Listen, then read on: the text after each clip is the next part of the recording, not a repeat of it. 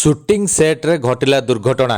20 foot ତଳକୁ ଖସି ପଡ଼ିବାରୁ ଷ୍ଟଣ୍ଟମ୍ୟାନଙ୍କର ହେଲା ମୃତ୍ୟୁ। ଆସନ୍ତୁ ଜାଣିବା ଏହାର ସର୍ଭିସେସ୍ ଖବର ବିଷୟରେ। ସିନେମା ଦୁନିଆରୁ ଏକ ଦୁଃଖଦ ଘଟଣା ସାମ୍ନାକୁ ଆସିଛି। ସିନେମା ସର୍ଦ୍ଦାର 2ର ସେଟ୍ରେ ଦୁର୍ଘଟଣା ଘଟି ଜଣେ ଷ୍ଟଣ୍ଟମ୍ୟାନଙ୍କର ମୃତ୍ୟୁ ହୋଇଥିବା ଖବର ମିଳିଛି। ମୃତ ଷ୍ଟଣ୍ଟମ୍ୟାନଙ୍କର ନାମ ଏଲୁ ମଲାଇ ବୋଲି ଜଣାପଡ଼ିଛି। ସୂଚନାଯୋଗ୍ୟ, ଏଲୁ ମଲାଇ ଜଣେ ଲୋକପ୍ରିୟ ଷ୍ଟଣ୍ଟମ୍ୟାନ ଥିଲେ, ଯିଏକି ରଜନୀକାନ୍ତ, କମଲ ହାସନ, ବିଜୟ, ଅଜୟ କୁମାରଙ୍କ ପାଇଁ ସିନେମାରେ ଷ୍ଟଣ୍ଟ କରୁଥିଲେ। ମଙ୍ଗଳବାର ସେ କାର୍ଥିଙ୍କ ସିନେମା ସର୍ଦ୍ଦାର 2 ପାଇଁ ଷ୍ଟଣ୍ଟ କରୁଥିଲେ।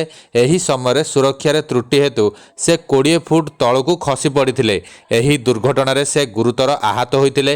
ଚିକିତ୍ସା ପାଇଁ ତାଙ୍କୁ ସୁଟିଂ ସେଟ୍ର କର୍ମଚାରୀ ହସ୍ପିଟାଲରେ ଭର୍ତ୍ତି କରିଥିଲେ ହେଁ ଡକ୍ଟର ତାଙ୍କୁ ମୃତ ଘୋଷଣା କରିଥିଲେ। ଡାକ୍ତରଙ୍କ ପକ୍ଷରୁ ପ୍ରକାଶ, ଏଲୁ ମଲାଇଙ୍କ ପଞ୍ଜରା ହାଡ଼ ଭାଙ୍ଗି ଯାଇଥିବା ବେଳେ ତାଙ୍କର କାନ ପାଖରେ ଗଭୀର ଆଘାତ ଲାଗିଥିଲା, ଯେଉଁ କାରଣରୁ ତାଙ୍କର ମୃତ୍ୟୁ ହୋଇଯାଇଛି।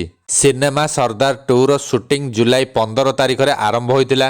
ଚେନ୍ନାଇର ଏଲ୍ବି ପ୍ରସାଦ ଷ୍ଟୁଡିଓରେ ଏହାର ସୁଟିଂ ଚାଲୁଥିଲା।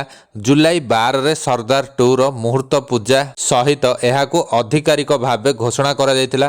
ଏହାର ପ୍ରଥମ ଭାଗ 2022ରେ ରିଲିଜ୍ ହୋଇଥିଲା। ଏହା ଏକ ସ୍ପାଇ ଥ୍ରିଲ୍ ସିନେମା ଥିଲା, ଯେଉଁଥିରେ କାର୍ଥିଙ୍କୁ ଡବଲ ରୋଲ୍ କରିବାକୁ ପଡ଼ିଥିଲା।